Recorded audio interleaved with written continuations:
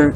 When you hear about these rallies and different things like these peaceful, nonviolent rallies, tell some of your friends. Tell some of those that may not know what the struggle is to come out and support. If they're really your friend, that's the time to find out, okay? Also, on Tuesday at 2:15, we're asking you to show up to the city council meeting. Everybody may not be able to get a chance to say something, but come out and support. There are people that have been placed in those positions to say something, but we need the strength and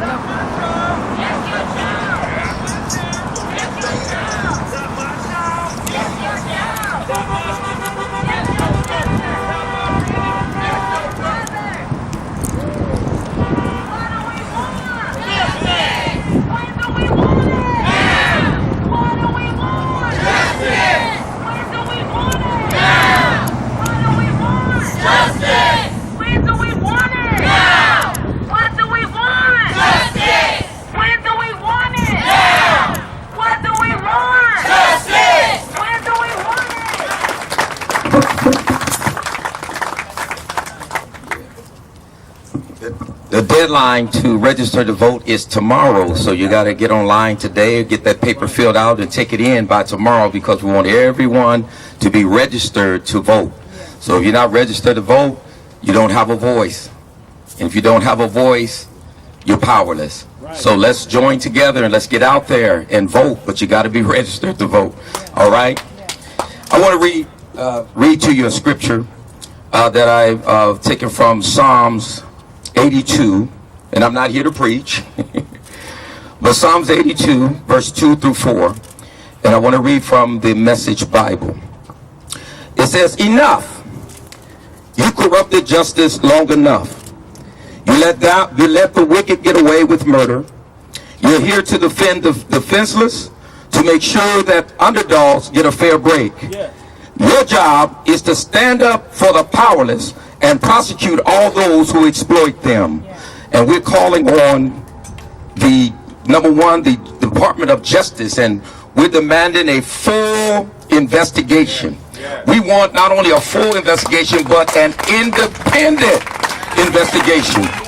We want independent investigators that are not employed by law enforcement agencies that have been involved with any part of the murder of Alfred Olango and the protesters. Because we've been having law enforcement from all over the county of San Diego, all the way from Escondido, Oceanside, Coronado, La Mesa, San Diego, Highway Patrol, sheriffs. That calls for the Department of Justice to step in, because we've had too many law enforcement agencies involved in this process and the way that we have been treated.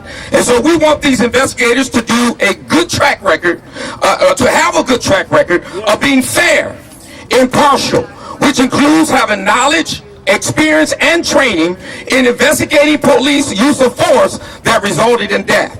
Because we want somebody that's going to be experienced, and someone that has a record that show that they are impartial, so that we can know that we're going to get a fair, independent, external investigation into this situation here. We call on the Department of Justice to step in. The Department of Justice has an obligation to the citizens of El Cajon. And by the way, I am a resident of El Cajon. I live in El Cajon. I pay my taxes here in El Cajon. I raise some of my kids here in El Cajon.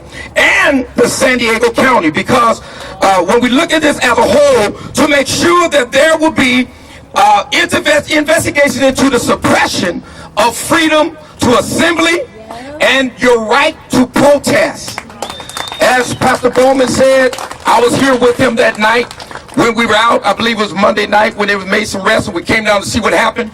I actually came down because my son Buddy, I heard the police had stopped him and arrested him, so I was coming down to see what had happened with that. And once I found out that he was okay and they had let him go, and by the way, those type of things need to be investigated too.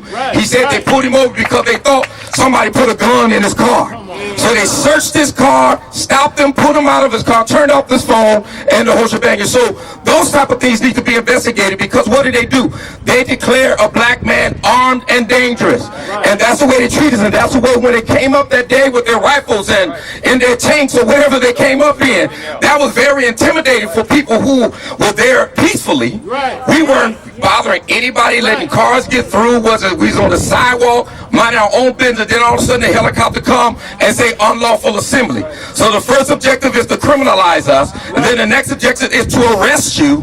Then the next objective, like Cobra didn't tell you, then what they start doing now, because they say, what's my bail? $50. Okay, we're going to enhance it and make you pay $5,000 rather than $50. So they also enhancing the bail. That is unjust and unfair, and something needs to be done about that. We call for an investigation.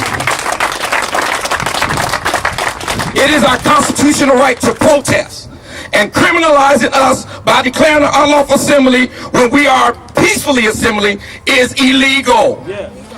So I want us also to look at the fact that we call on El Cajon Police Department to release all remaining footage.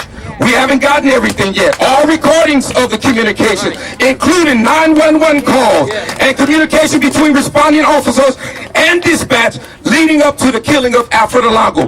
We demand these things and we want them now. We want transparency and we want accountability. God bless you.